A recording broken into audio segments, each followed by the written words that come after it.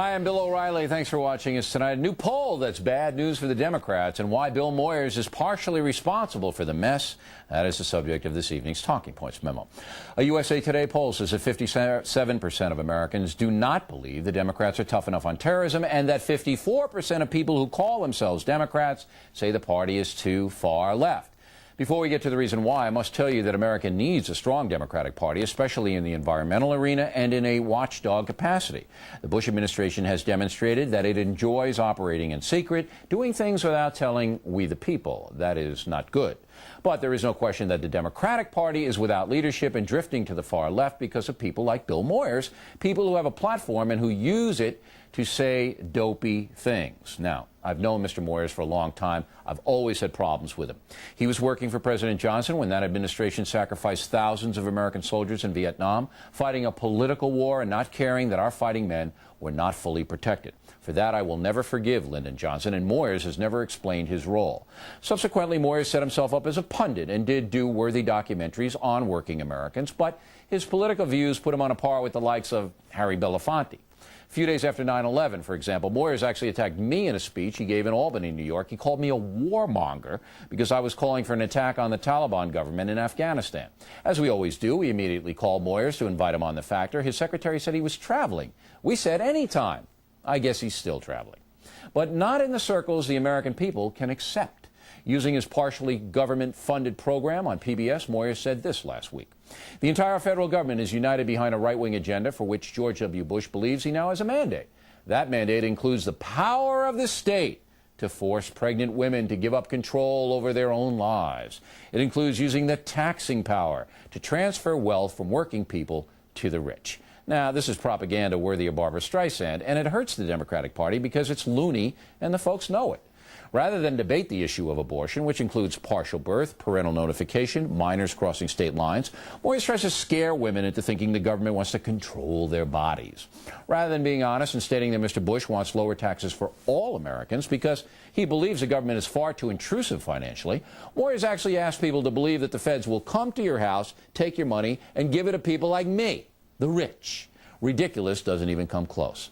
Because Maher is the face of liberalism and therefore identified with the Democrats, clear-thinking people just walk away, which is why the USA Today poll makes sense. The far left has way too much power in the Democratic Party, and that is the truth. That's also the memo.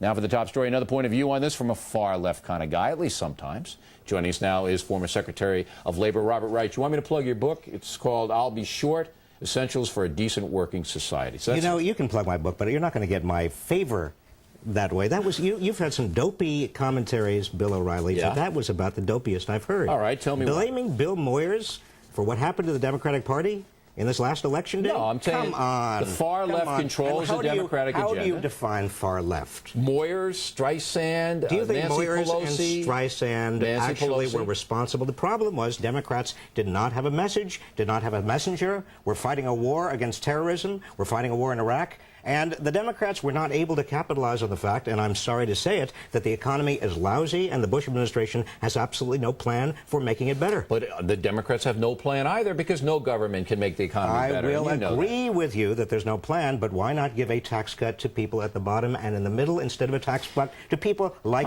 you who are very wealthy? There's no reason for it. But I used to be poor, so you got to respect me for that. I do. Primarily because the people at the bottom don't pay any federal income tax. Now, we've gone round and round with this, and I agree with you that I would cut the payroll tax of Social Security. All right, we're on the same page. But let's get back to the issue at hand. Nobody else is hearing us on this. You called, no, they're not, because they're not as smart as I am, and you're kind of tagging along with me. But you called me dopey for saying that most Americans perceive the Democratic Party, and the poll shows that, Professor, is too far left. I call you dopey because I don't know what you mean by far left. Do you think that the Republican providing big agricultural subsidies to big agribusiness is left or right? Do you think that it's the big subsidies for the pharmaceutical industry provided by the Republicans and some Democrats, is that left or right? What about the Bush administration's protection of the steel industry? All of these subsidies. All of this well, that was a mistake, by the way. I don't think Bush is even going to admit it. I think he's going to admit it. But all of these subsidies to the agricultural concern. Wait a minute. Bill, corporate welfare. Corporate welfare. I don't have That's to what get we tough see with in you. big. All of these subsidies to the agricultural and to the pharmaceutical and were energy. in place and embraced by President Clinton for 8 years, and you were part of that administration. But look, here's my point. The American people don't follow policy like you do and like I do. They don't have time. They got to work to pay their taxes. I just want to know what left is to you. All right, I'm telling you. I mean, I really when don't you get a guy understand like what this theory Moyers is. and Streisand and Alec Baldwin and all of these people who have a platform. They're not important people. Like Nancy Pelosi is an important person, but the others aren't. Nancy Pelosi is going to do a good job. Well, she's very far left, and if there you she's go not again with this far left. I'll tell you, the real division in America is not between your description of left or right, which you haven't really given us. You've just been picking on people. The real problem is we don't have enough people in Washington, whether they call Republicans or Democrats, who care about average working people. The game is rigged. Well, corporations and big business. Stop with the corporations. No, all they have to do. Bill, you got a lot of crooks in corporations. You do, and you have a lot of crooks in government too, and in television. And one of the biggest charlatans is Moyers. But you don't get it in the sense that the perception is reality, and you have no leader in the Democratic Party at all, none. And you have yappy spokesmen like Moyers and Streisand and Baldwin and all these people. I'll give you that people identify with the Democratic Party. I will give you that we need a leader, and we also need a message, but we need a political leader. We don't have a political leader right now. Well, now you have Nancy Pelosi, who wants enormous government, believes fervently that the government can solve your problems. Enormous government. She wants enormous government. You want to say it's all enormous government. I'm saying a lot of the growth in government has come from all of the subsidies, all of the benefits. We don't even control the energy industry. By the Great Society programs in the 60s. The Federal Energy Regulatory Commission under the Bush administration, and I grant you a little bit under the Clinton administration, did not even stop the energy manipulation that cost taxpayers and one of the biggest disappointments for me is that President Bush has not been a reformer with results. He hasn't. He's been a status quo kind of guy. But the reason the Republicans won, it's quite clear, is the American people feel they're stronger on terrorism, which they are, and Americans want to be protected. Now, the INS mess is something else. But look, you can't point to me one Democrat in this country right now, one, that resonates with the American people. And as long as that situation stays there... I will. Tom Vilsack. Who? Tom Vilsack. You heard it here. He's the governor of Iowa, and he would be a governor of Iowa. Wait a minute. Tom Vilsack? You heard it here. 2 years before... Vilsack? 2 years before 1992 presidential election, I said that Bill Clinton... Isn't Tom Vilsack taking all those... nobody knew who Bill Clinton was. Yeah, well, you're a genius. Isn't Tom Vilsack taking all his agricultural subsidies? Isn't he taking them all? Tom Vilsack is a very good governor. Is he taking the subsidies or not? He's not taking the subsidies. Agribusiness in Iowa. Isn't he for them? You heard it. Isn't he? You heard it here. Tom Vilsack. He is He is the up-and-coming Democrat. Moms Mabley. That means much. Moms Mabley and Tom Vilsack. That's how much it means to the American people. Bill Clinton in 1990. I predicted Bill Clinton was going to be the president in 1990. And it's going to be President Vilsack. Is that what you're saying? President Vilsack. And nobody believed me. They said, "Who is Bill Clinton?" Robert Reich, everybody, and Tom Vilsack. You heard it here first. Thanks, Professor. Always a pleasure to see you. Next on the rundown, VH1 under fire for glorifying murderers. Will its parent company Viacom pay a price on Wall Street for this outrage? Right back with that. In the back of the book segment tonight, a new book called When You Ride Alone, You Ride with Bin Laden. Only a few people on Earth would come up with a title like that, and Bill Maher is one of them. Here he is. All right. When you ride alone, you ride with Bin Laden. How timely on the day that a new tape comes out. That's right. And Bin Laden, oh boy, God, I despise that man. But this is based upon a World War II poster. Yeah. When you ride with Hitler, you ride alone. So what's the correlation? Yeah, the original one said, when you ride alone, you ride with Hitler. At the bottom, it said, join a car-sharing club today. World War II, I got this idea for this book looking through a poster book from World War II, when propaganda was not a bad word. They were trying to get people, the citizens of this country, to help out. And it was amazing. You look at the spirit in these posters. The government was not afraid back then to ask its citizens to do something. Yeah. In that case, to conserve oil. Because there was more sense of urgency then. Well, shouldn't there be now? There should be. But there isn't, because it was a one-time only deal, and people's memories or whatever it is, just I'm still as angry as I was and 9/11. But, excuse me. Go ahead. The reason why there isn't such an urgency and the reason why that the government doesn't do it today is because they're panderers. All our politicians, I'm not saying the Democrats would do it any differently, but they are afraid to ask people to do anything. Why? Well, ever since Jimmy Carter suggested we put on a sweater and we practically impeached him for asking that, politicians won't ask anything. President Bush, here's the main complaint I have with him on the war on terrorism. He had about a 2-month window after 9/11. When we were ready to march into hell, we would have done anything. Right. And all he asked us to do was shop, eat out, travel, go Keep see the economy up. Go see cats again. Okay, but that's, you know as well as I do, there are other things we could be doing. Like and that's, what? Well, for one thing, the oil situation. Obviously, a government that's funded by oil like this one is not going to be the one to say that our enemies are also funded by oil and maybe we should get off the dope. Obviously, So you think we should conserve more? Obviously, we should. I'm with you on that. I mean, these SUVs that are getting 8 miles to the gallon. And again, if you're getting over 20, I'm okay with you. If you're getting 8, I'm not. Well, my car gets 55, so... Yeah, you got that little half-electric deal, right? Right. But, Bill, you're not helping sell it that way. But how can you fit the babes in there? I mean, you're one of the biggest playboys in L.A. I go out with very skinny models. Right. I just shove them right in. How do you get them in there? It's not that small a car. It's just like a European car. It's a really good car. Anyway, it doesn't matter. It matters because you're putting your money where your mouth is. Yes. But, you know, the original title of this book was going to be Making Connections. I don't think people, that's another thing the government could ask us to do. It's one thing that these posters used to do. They used to help people make the connections. For example, there's one poster we have that shows a cop, a fireman, an army guy, and a teacher. And it says, "We say they're our heroes, but we pay them like chumps." Now, I hear President Bush talking again, now that he's got his mandate, about more tax cuts.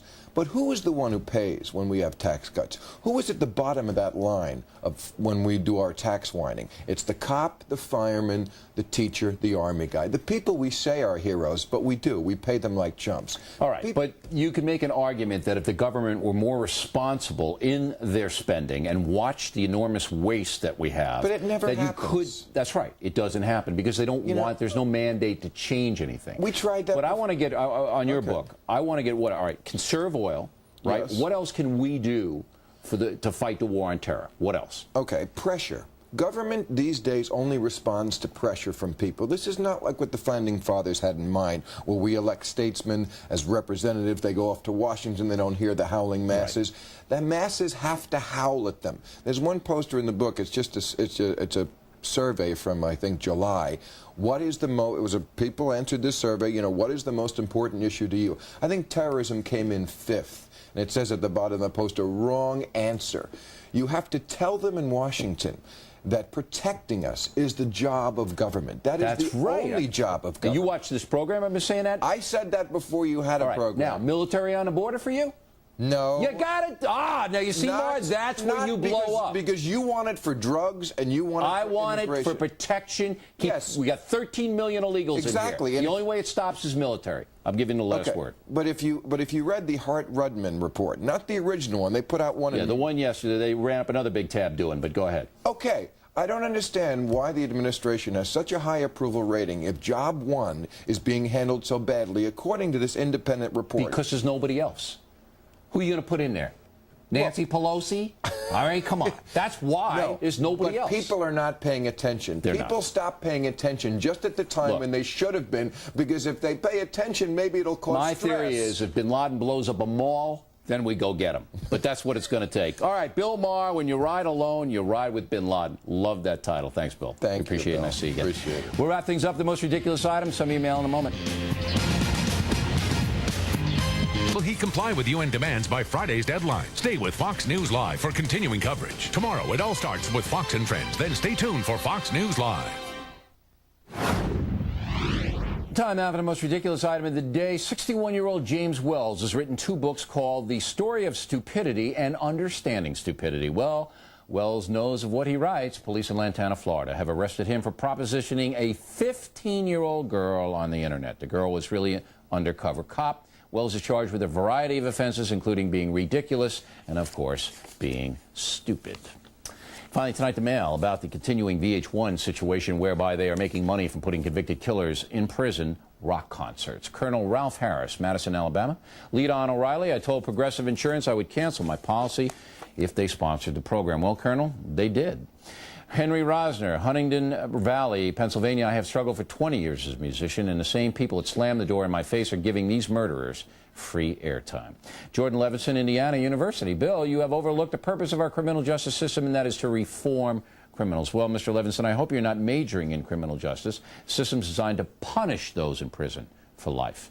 John Dillon, Jonesboro, Arkansas. O'Reilly, you're a hypocrite. You have a problem with VH1 making money from those concerts, yet you are making money reporting on them. Well, I've got to hand it to you, Mr. Dillon. That is one of the dumbest things I've heard in quite some time, with all due respect. By your standard, no news program would cover anything harmful to the country. Sean Sullivan, Abilene, Texas. I wish I had time to practice music, but I have to work to support those thugs in prison. Don Fagenbush, Fort Wayne, Indiana. Bill, I believe you are so hard on Eminem because he is white. Samil Alanak, France. What about Elvis? In 20 years, Eminem will be considered pablum. I consider him pablum now. Joanne Wells, Austin, Texas. Beside you, Bill, where are all the other advocates for women and children on the Eminem question? Well, that's an excellent question, Joanne, and I don't know the answer. Linda Maher, Satellite Beach, Florida. The media can bombard children with every perversion imaginable, but somehow it's always the parents' fault for not protecting them. John Sambrook, Woodinville, Washington. While it's reasonable to expect parents to protect children, it is not reasonable to ask them to raise kids in a sewer. Anita Connor, San Jose, California. Mr. O'Reilly, I'm not a fan of yours to begin with, but I couldn't believe how rude you were to Andrea Thompson. I think your work is comical. Kelly Robbins, College Station, Texas. Bill, thanks for having Ms. Thompson on The Factor and treating her like the truly empowered female she is. Same story, different stories. Love that. James Cook, Montgomery, Texas. Bill, you're always rude to your liberal guests and treat your right-wing friends royally. You rip Senator Kennedy for the big dig. Why don't you investigate Trent Lott for building a ship the Navy didn't want? Did the story a long time ago, Mr. Cook, so there. Rachel Adams, Asheville, North Carolina. O'Reilly, my father wants a Factor sweatshirt for Christmas, but before I order one, is the gear made in America? You betcha, Rachel. All made in America. And by the way, if you want signed books also, written and made in America for Christmas, now is the time to order so Santa can bring them on time. Punch up www.foxnews.com/O'Reilly. That's www.foxnews.com/O'Reilly. We have a different system this year. We're going to get them out quick, but if you got to order now to get them for Christmas. Also, how about emailing us with pithy comments? O'Reilly@foxnews.com, O'Reilly@foxnews.com, name and town, name and town, name and town, if you wish to opine. That is it for us today. As always, we thank you for watching The Factor, Radio Factor every day. Hannity and Combs next. Bill Bennett. I'm Bill O'Reilly. Hope to see you again next time. Remember to spin. Stops right here.